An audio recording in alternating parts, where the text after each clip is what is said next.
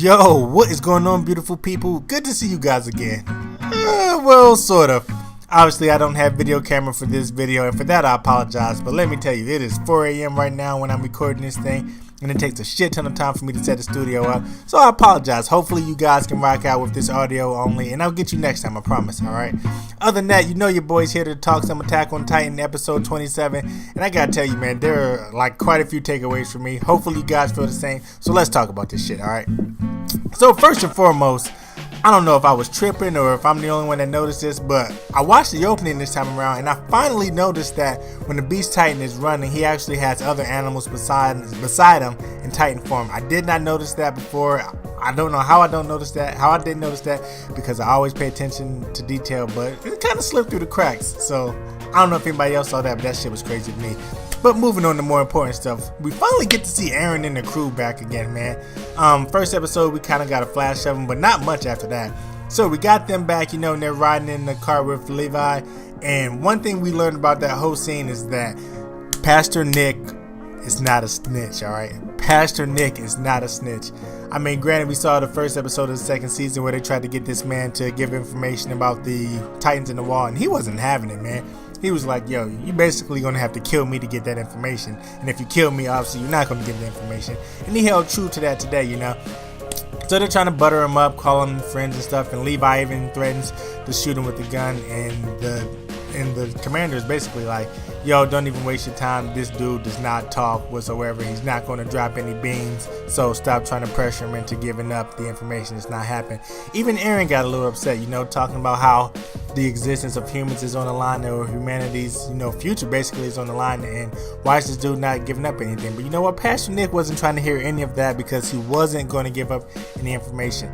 One thing I'm curious about is why they have Eren in that group to begin with. Obviously, Eren is still kind of injured from his fight with Andy, so I don't know how he could help out in any situation, and even Levi is still pretty broken, so I don't know why they're bringing those guys along, but I'm sure they have a reason, whether it's patching a hole in the wall or something like that. But I didn't see it in the episodes, so I don't know what that reason is at this time. Moving on to more important things, let's talk about Sasha, alright?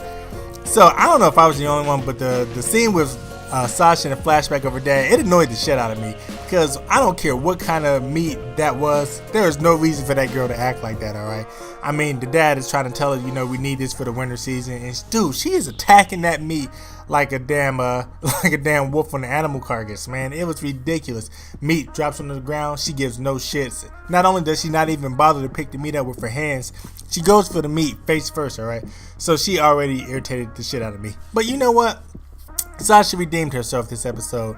Obviously we get her, she's returned to her town, and one of the first things she sees is Titan prints, or Titan footprints, so to speak. So her attention to detail was amazing, but I thought that part was pretty cool. She follows those prints and she catches a Titan inside the house, and this is where shit got really sick for me, alright? It got really sick for me.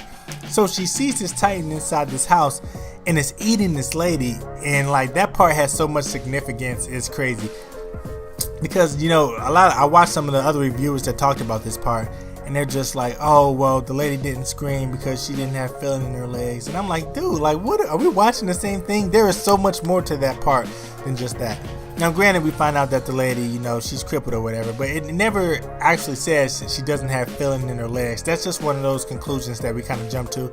But long story short, she's basically getting eaten alive. Not basically, I mean, she's getting eaten alive. This Titan, he's in there enjoying her legs, and it's crazy.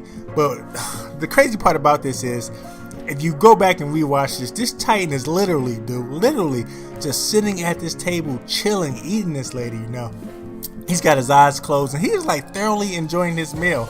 And I'm like, this is some sick shit. But that's not the craziest part about that scene. The craziest part about that scene is that this lady, she's sitting here, she's getting her legs eaten, and she's not making a sound. I mean, we don't have any proof that she doesn't have feeling in her legs, but you gotta understand the importance of her not making any kind of sound, alright? She's sitting there, her child is watching as she's being eaten alive, and the reason that she's not making any sound is because, I'm not gonna say it's because she doesn't have feeling in her legs, but you gotta understand, with her child present, as long as this Titan is eating her, she's occupying it, The Titan's attention is on her. If she screams, that's going to cause the kid to scream. And if the kid screams, obviously the Titan might get bored with the lady and go after the child. So to keep her child alive, this lady has to bear being eaten alive in front of her child without making any sound. That is absolutely insane. That is 100% crazy parental love for your child. This lady understands that if she makes any noise and startles her child may make noise and her child might die instantly. So she's got to keep this Titan's attention on her while keeping her child calm, and that is extremely crazy. Now, not only that, once Sasha realizes she can't kill this Titan, she gets the child and they take off, Now, as they take off, the Titan obviously goes in pursuit of them, and the lady, as soon as she sat down, she just dies. I mean, she literally had to hold out so that she, one, didn't get her kid eaten, and two, she didn't die in front of her child. That was absolutely nuts, and I thought that was absolutely crazy that they put that in there, and I really, really loved that part. Now, continuing on with the greatness of Tasha, Jesus Christ, man. Continuing on with the greatness of Sasha, I thought it was pretty cool how she realized that she had to take away the Titan's eyesight to pretty much stop it from following her. One thing about this Titan, it didn't seem extremely big to me, so I was kind of shocked that she couldn't kill it inside the house, but whatever, So what I love is she knows she only has a certain number of arrows left. Obviously, she's got to do work. She shoots a couple and realizes I only have 2 left. So the first one, she manages to go ahead and take out one of the eyes, which was pretty cool. But what she did with the last arrow was absolutely insane, okay? And I get why she did it.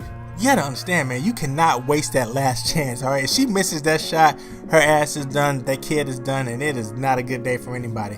So instead of risking taking a shot and missing, she says, "F that, I'm going to get up close and personal and take care of this business." She grabs this arrow and jabs it into this thing's eye and basically takes it down, alright? Obviously she doesn't kill it, but she stops it from pursuing them. I'm like, that is crazy. You know what kind of balls it takes to take an arrow and shove it into a Titan's eye? I mean, but Sasha, she showed up, and thanks to Sasha, she was able to save that kid. Now, fast forwarding a little bit, we get to Connie, who finally reaches his house, and this is where the biggest mystery of the whole episode comes from. Obviously, I think everybody knew that Connie's house was going to be messed up. I mean, it wasn't any kind of shock. Normally, you can tell when they show a character's family, and his character, basically, his family looked kind of basic looking in terms of their art design and their drawing, so I knew they wouldn't be alive. So we get to his house, and there's a Titan laying on top of it. And this Titan's legs are messed up, so it's not like it was a Titan that walked there and then something happened to it and it got stuck on the house. So there's a bunch of mystery around this, because one, you don't know if maybe someone inside the house turned into this Titan, or with the way the Titan was laying on top of the house, maybe the Titan was dropped from the sky. There was so much mystery behind this that it's insane. And one thing, I don't read the manga, so I can't confirm this or not, but judging by the opening, we seen like I said earlier, we've seen other animals running beside the Beast Titan. So who's to say there's not like an Eagle Titan or something? Maybe just drop that Titan on top of the house. Who knows? But it was crazy, and I am very, very interested to see what's going to happen next episode. Now, in terms of next episode, without talking too much about the previews, we do see that there's a shit ton of Titans running around, which is not crazy. But what's crazy, if you really look at it, they're running around at nighttime. Aren't Titans supposed to be more dormant at night or not so active at night? So the fact that they're running around at night is kind of crazy. It's also crazy that we see the Beast Titan again. So who knows, maybe the Beast Titan is controlling these Titans and forcing them to operate at night, whereas if they were kind of left on their own, they wouldn't. I don't know. But other than that, guys, that's going to do it for me. Hopefully you enjoyed the review. So go ahead and leave a like on your way out.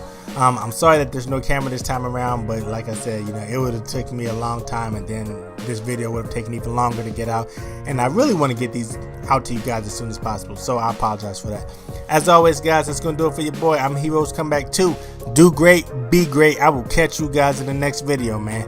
Peace.